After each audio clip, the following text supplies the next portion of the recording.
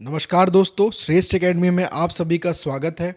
जैसा कि आप सबको पता है, हमारे चैनल में एनएमडीसी एग्ज़ाम 2025 का सिलेबस को कंप्लीट कराया जा रहा है। मैंने अब तक दंतेवाड़ा जिला और बस्तर जिला के ऊपर बहुत सारे टॉपिक के ऊपर आपको मैंने पढ़ाया है, साथ ही साथ बहुत से सारे क्वेश्चंस भी कराए हैं।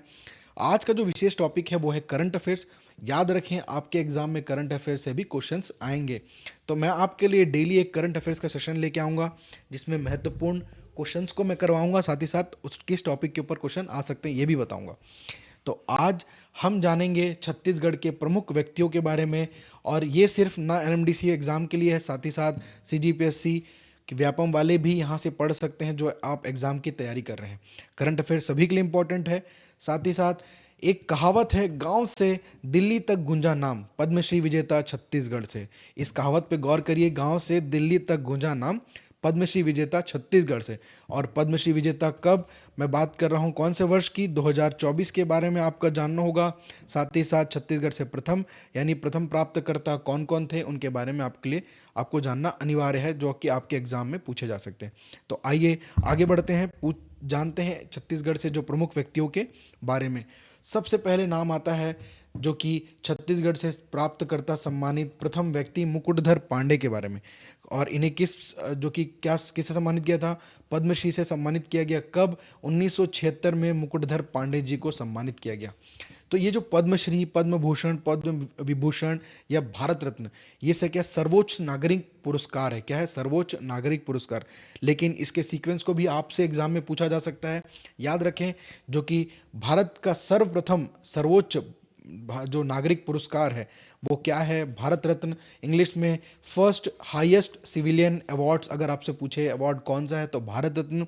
उसी तरह दूसरे स्थान पर आता है पद्म विभूषण, तीसरे स्थान पर आता है पद्म भूषण, और चौथे स्थान पर आता है पद्मश्री।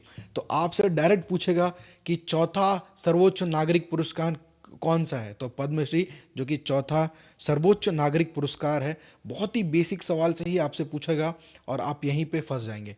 ठीक है, तो याद रखें फर्स्ट, सेकंड, थर्ड, फोर्थ में कौन कौन से आते हैं। पहला क्या है आपका भारत रत्न, दूसरा है आपका पद्म विभूषण, तीसरा है पद्म भूषण, और चौथा है पद्मश्री। ये थी अब तक की कहानी। अब छत्तीसगढ़ से ऐसे कौन से व्यक्ति हैं जिन्हें सबसे पहले इस जो कि सर्वोच्च नागरिक पुरस्कार से सम्मानित किया गया। सबसे पहला नाम हमें सुनने को मिलता है छत्तीसगढ़ से, जो कि मुकुटधर पांडे। ठीक है, इनका नाम श्री मुकुटधर पांडे को आप अपने काका कहिए, नाना कहिए, दादा कहिए, आप याद रखिए बस। ठीक है, कुल मिला के आपको ये नाम याद रखना है।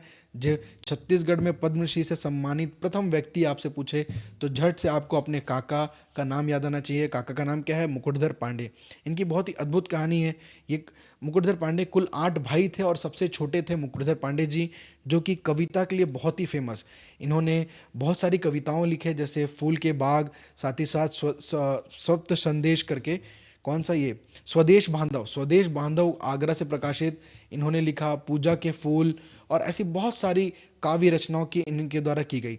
साथ ही साथ ये सबसे छोटे थे। इन्हीं के नाम पर छत्तीसगढ़ में एक महाविद्यालय चलता है। कहाँ पर? शासकीय मुकुटधर पांडे महाविद्यालय, कटघोरा जिला में स्थापित, कोरबा छत्तीसगढ़। कौन सा जिला? कोरबा।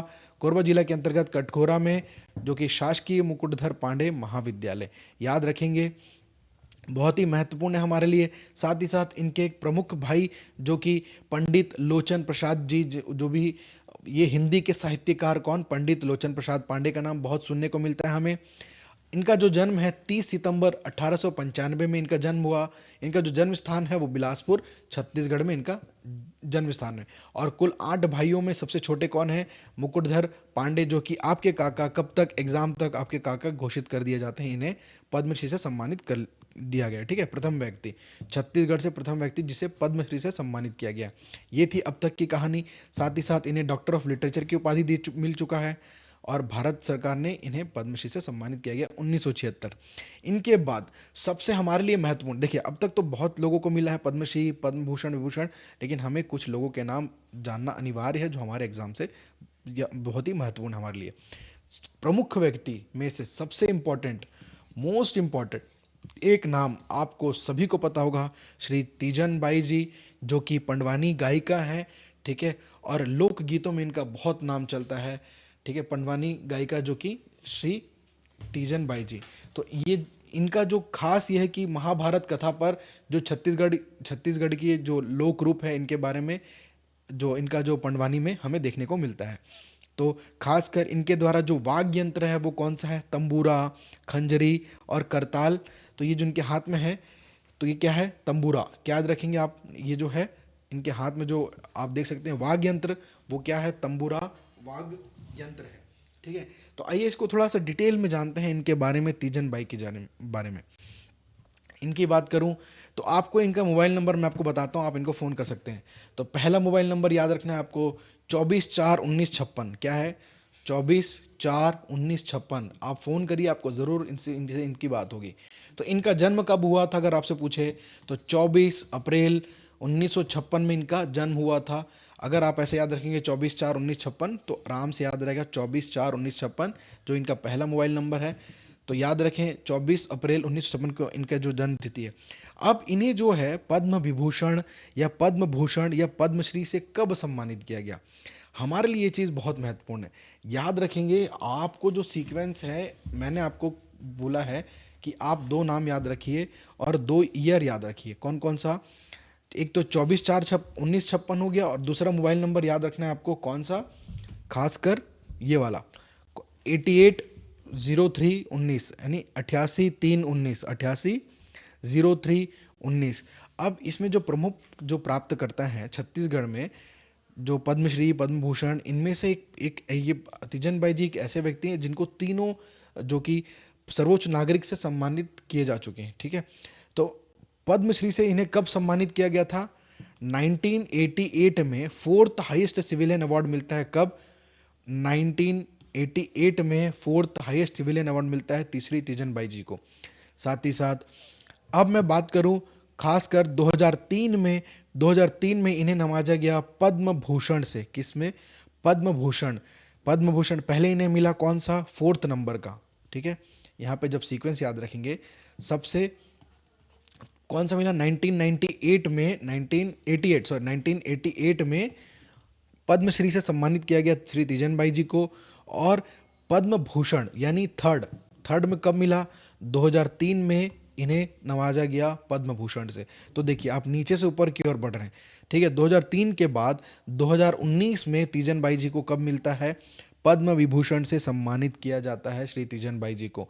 तो तीजन बाई ऐसे हैं जो कि पद्म भूषण, पद्मश्री और पद्म विभूषण तीनों से सम्मानित किए गए। जब यहाँ पे आप ईयर का सीक्वेंस भी मैंने आपको बहुत आसान शब्दों में बताया है। पहले फोर्थ मिला, फिर थर्ड मिला, फिर सेकंड मिला। तो यह है कहानी। अब देखिए, ठीक है, तो 1988 में क्या मिला इन्हें? पद्मश्री मिला। ठीक है, पद्म भूषण कब मिला? 2003 में मिलता है। पद्म भूषण से नवाजी गई प्रथम महिला तीजन बाई। कब? 2003 में। और 2019 में मिलता है पद्म विभूषण। तो याद रखें, फोर्थ थर्ड सेकंड तीनों से नवाजी गई। साथ ही साथ ये प्रथम महिला हैं जिन्हें अब तक जो पद्म भूषण से सम्मानित किया गया है, साथ ही साथ पद्म विभूषण से प्रथम व्यक्ति। तो याद रखेंगे, आपके लिए बहुत ही इंपॉर्टेंट है एग्जाम पॉइंट ऑफ व्यू से। आगे बढ़ते हैं। अगर मैं बात करूं पंडवानी जो कि इस लोकगीत की बात करूं, इस नाट्य में खासकर हमें सुनने को मिलता है जैसे गीत होते हैं पंडवानी, पंथी गीत, ददरिया, चंदेनी, भरथरी, बांस गीत, कबीर गीत। तो इसमें प्रमुख जो है हम पढ़ते हैं पंडवानी के बारे में, जो कि एग्जाम में पूछा जाता है।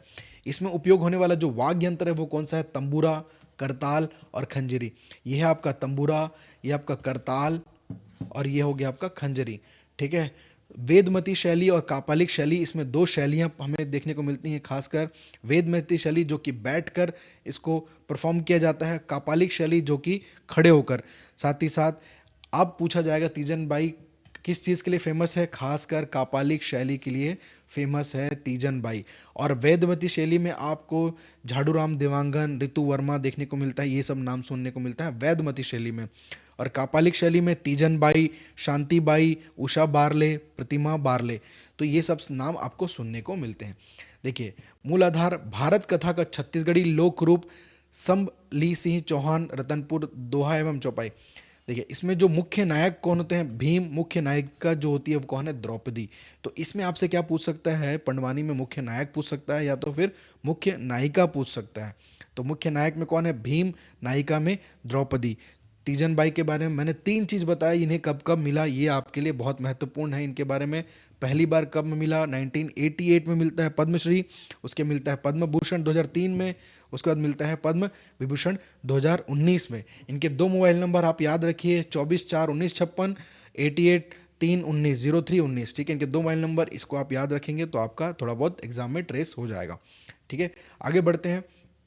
पंडवानी लोकगीत नाट्य की पहली कलाकार आपसे पूछे तो यहाँ से पूछा जाने वाला प्रश्न क्या होगा, पंडवानी लोकगीत नाट्य की पहली महिला कलाकार के बारे में।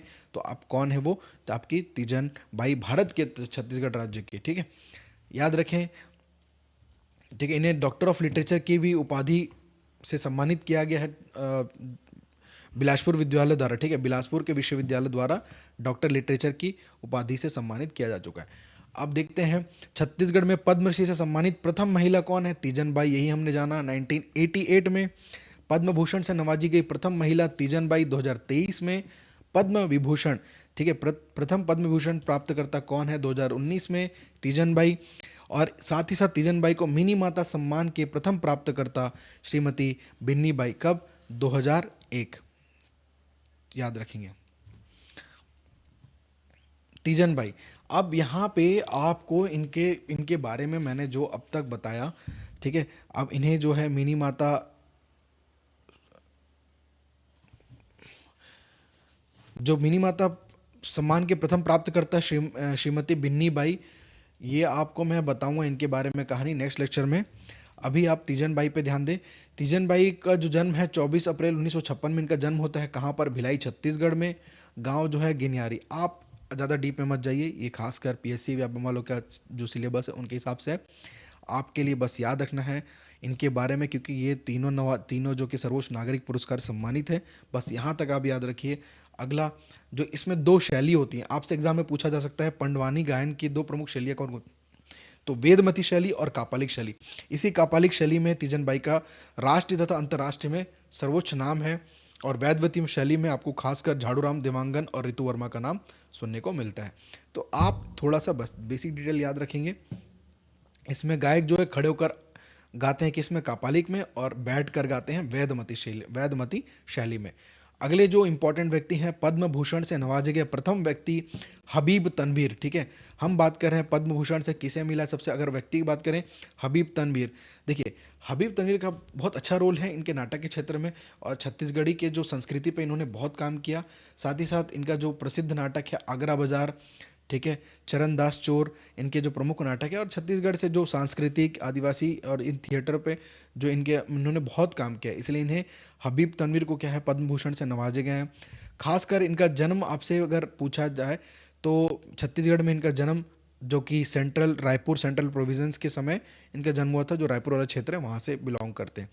तो आपके लिए पद्म भूषण पूछे कौन है व्यक्ति में, हबीब तनवीर, और महिला में पूछे तो तीजन बाई, इसलिए इंपॉर्टेंट था, मैंने जानबूझ के इसको डाला है। जो मेल कैटेगरी में आपके तबीब तनवीर, फीमेल कैटेगरी में तीजन बाई, जो कि तीनों अवार्ड को पाने वाली महिला बनी है, ठीक है। आगे देखते हैं। अब यहाँ से स्टार्ट होता है 2024 का सीरीज। 2024 में पाने वाले सबसे प्रथम व्यक्ति में आपको एक नाम याद रखना है, श्री जोगेश्वर यादव जी। तो इनकी बहुत ही अद्भुत कहानी है। पद्मश्री से सम्मानित श्री जोगेश्वर यादव जी 2024 में, ये आपको याद रखना है, यहाँ से क्वेश्चन आ सकता है। देखिए, हाल ही में मेरी मुलाकात श्री जोगेश्वर यादव जी से हुई, जशपुर जिले में बगीचा क्षेत्र में। तो बहुत ही इन्होंने अपने बारे में बहुत कुछ बताया। साथ ही साथ इनसे जो मेरी बातचीत हुई, उनसे पता चला कि जो बिरहोर जनजाति है, देखिए पूरे भारत में आपको इसकी बहुत बड़ी अद्भुत कहानी है बिरहोर जनजाति के बारे में। ये क्या होता था कि जो बिरहोर हैं, ये पहले जो बंदर होते थे उनका शिकार करके खाते थे। मतलब उस प्राचीन टाइम पे, मतलब पहले आप देखेंगे कि आज से कुछ वर्षों पहले क्या होता था कि जो बिरहोर की शिकार करते थे बंदरों का। तो जो बिरहोर के जो इनका जो है समाज में इनका घुलना मिलना बहुत कम हो गया। ये डरते थे लोगों से मिलने में, बात करने में, और हमेशा पीछे खड़े रहते थे। साथ ही साथ अपनी जाति का विवरण भी नहीं देते थे, और ये भी नहीं बताते कि हम बिरहोर हैं। तो जब ऐसा समय आया जब ये स्कूल, इनके बारे में इन्होंने बहुत अच्छी कहानी बताई, अपने बारे में बताया कि जब मैं स्कूल जाया करता था उस समय इनके बारे में, बिरहोर के बारे में मुझे पता चला, और कि ये अपनी जो जाति है छुपाते हैं, बताने से डरते हैं, लोगों के बीच में या समाज के बीच में आने में डरते हैं। तो ये इन्होंने क्या किया कि अपना पूरा जीवन समर्पित कर दिया बिरहोर जनजाति के जो समाज में उत्थान के लिए, उनको आगे बढ़ाने के लिए। खासकर बिरहोर के भाई के नाम से जाने जाते हैं श्री जोगेश्वर यादव जी। और पूरे भारत में अगर बात करूं तो 1700 इनकी संख्या है बिरहोर की, और विशेषकर छत्तीसगढ़ में 900 संख्या है, लगभग 8-900, जो कि आसपास क्षेत्र, 1000 के आसपास क्षेत्र देखने को मिलता है। कहाँ कर? उड़ीसा, छत्तीसगढ़, झारखंड साइड, खासकर बिरहोर। और बिरहोर अभी ले दे के वे सामने आ रहे हैं और बता रहे हैं कि हाँ मैं बिरहोर हूँ, ठीक है, अपनी जाति का विवरण दे रहे हैं, हाँ मैं बिरहोर हूँ या पहाड़ी कोरवा हूँ। तो ये सब क्या है, जो समाज के बीच में वो नहीं आते थे पहले। तो उन जितने भी बिरहोर के जो सदस्य हैं या फिर बिरहोर जनजाति से बिलोंग करते हैं, और खासकर विशेष पिछड़ी जनजाति है बिरहोर जनजाति छत्तीसगढ़ की, उनके सामाजिक कल्याण के लिए, उनके सामाजिक कार्यों के लिए, मतलब वो आके आगे बढ़े, समाज के साथ बराबरी में चले करके इन्होंने अपना पूरा जीवन समर्पित किया उनके पीछे।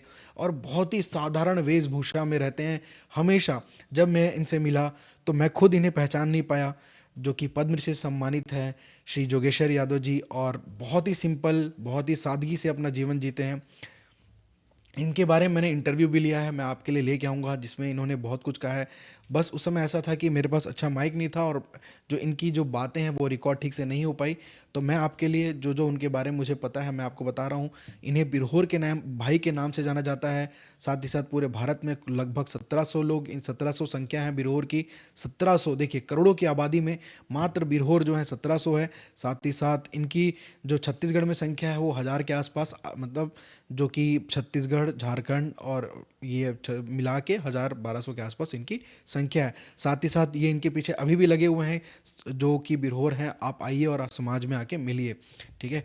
तो बहुत ही अद्भुत कहानी है। उम्मीद करता हूँ आप भी अगर कभी मौका मिले तो इनसे ज़रूर मिलिए, श्री जोगेश्वर यादव जी, जो कि हाल ही में 2024 में इन्हें सम्मानित किया गया पद्मश्री से। और खासकर पद्मश्री सम्मानित बिरहोर के भाई, इन्हें बिरहोर के भाई के नाम से जाना जाता है। अभी भी ये सामाजिक कार्यों में लगे हैं, और जो भी बड़े बड़े अधिकारियों को ये बताते हैं। और ये खासकर बिरहोर की जो पहचान के बारे में या पहाड़ी कोरवा की पहचान, इन्हें बहुत ज़्यादा परख है। अगर आज भी कहीं सरकार संकट में फंसती है कि अगर किसी बिरहोर को पहचानना है या पहाड़ी कोरवा को पहचानना है, उनकी जाति को, तो ये बहुत अच्छे से उनके ऊपर रिसर्च कर चुके हैं, और क्या उनके जो खान पान तरीके से भी बता देंगे कि ये बिरहोर है कि नहीं। साथ ही साथ उनके बातचीत, उनके जो भी चीज़ होकर वो बताएंगे, कि उनको बोलता जाके कि मैं बिरहोर हूँ, तो ये आराम से उनको ट्रेस कर लेते हैं कि वो बिरहोर है या नहीं है, ठीक है। तो याद रखें, बिरहोर के बारे में बताया गया। आदिवासी कल्याण के लिए काम करने वाले सामाजिक कार्यकर्ता जोगेश्वर यादव जी, पद्मश्री से सम्मानित, ठीक है। अब नेक्स्ट आते हैं जो हमारे लिए इम्पोर्टेंट है, श्री रामलाल भरेट जी, जो कि रायगढ़ से हैं। कला के क्षेत्र में श्री रामलाल भरेट जी को सम्मानित किया गया 2024 में पद्म श्री से, ठीक है, हमारे राष्ट्रपति के द्वारा। तो याद रखें। अगला जो है इम्पोर्टेंट, जो अगले जो इम्पोर्टेंट प्रमुख व्यक्ति हैं वो हैं श्री हेमचंद मांझी जी। उम्मीद करता हूँ मुझे इन दोनों से मिलने का अवसर ज़रूर मिलेगा फ्यूचर में। और छत्तीसगढ़ के गौरव की बात है, गौरव की बात, क्योंकि वैद्य हेमचंद मांझी को मिला पद्मश्री से, ठीक है, राष्ट्रपति ने सम्मानित किया। खासकर ये अबुझमाड़ क्षेत्र, जो नारायणपुर अबुझमाड़ क्षेत्र से आते हैं, और इन्होंने जो आयुर्वेदिक क्षेत्र में बहुत काम किया है, मेडिसिन क्षेत्र में इन्हें मिला है। खासकर इन्हें मिला है मेडिसिन क्षेत्र में, इन्हें मिला है कला के क्षेत्र में, और इन्हें मिला है सामाजिक कार्य के क्षेत्र में। तो श्री हेमचंद मांझी जी, जो कि इनके पास बहुत विदेश से भी इनके पास आयुर्वेदिक दवाई के लिए आते हैं, आसपास के लोगों को के लिए इन्होंने बहुत सेवा किया, जो दवाई दिया, इन्होंने फ्री में दवाई देते थे। तो ये इनके कार्य को देखते हुए समाज के प्रति इन्हें सम्मानित किया गया पद्मश्री से, श्री हेमचंद मांझी जी को। याद रखें, ये 3 प्रमुख व्यक्ति के नाम आपसे एग्जाम में पूछे जा सकते हैं, ठीक है। छत्तीसगढ़ के धूर नक्सल प्रभावित नारायणपुर जिले के अबुझमाड़ के प्रवेश द्वार में स्थित है ग्राम पंचायत छोटे डोंगर। यहाँ के वैद्यराज, इन्हें कहा जाता है वैद्यराज हेमचंद मांझी को पद्मश्री से नवाजा गया, ठीक है। 50 साल से जंगल से जो जंगली जड़ी बूटी से ही इलाज करते थे। याद रखेंगे हेमचंद मांझी जी को, ठीक। ठीक है। तो ये थी अब तक की कहानी करंट अफेयर्स में। उम्मीद करता हूँ आप सभी को समझ में आएगा। अगर आपको क्लासेस अच्छे लगते हैं अपने दोस्तों से शेयर करिए। जो भी अभ्यर्थी पढ़ना चाहते हैं हमारे चैनल में आके फ्री में पढ़ सकते हैं। कोई भी क्लासेस पेड नहीं है, फ्री ऑफ कॉस्ट है। मैं आपके लिए एनएमडीसी साथ साथ सीजीपीएससी व्यापम के भी सीरीज़ लेके आने वाला हूँ, जो कि अच्छे अच्छे क्वेश्चन आपको देखने को मिलेंगे। धन्यवाद। अब मिलते हैं अगले सेशन में।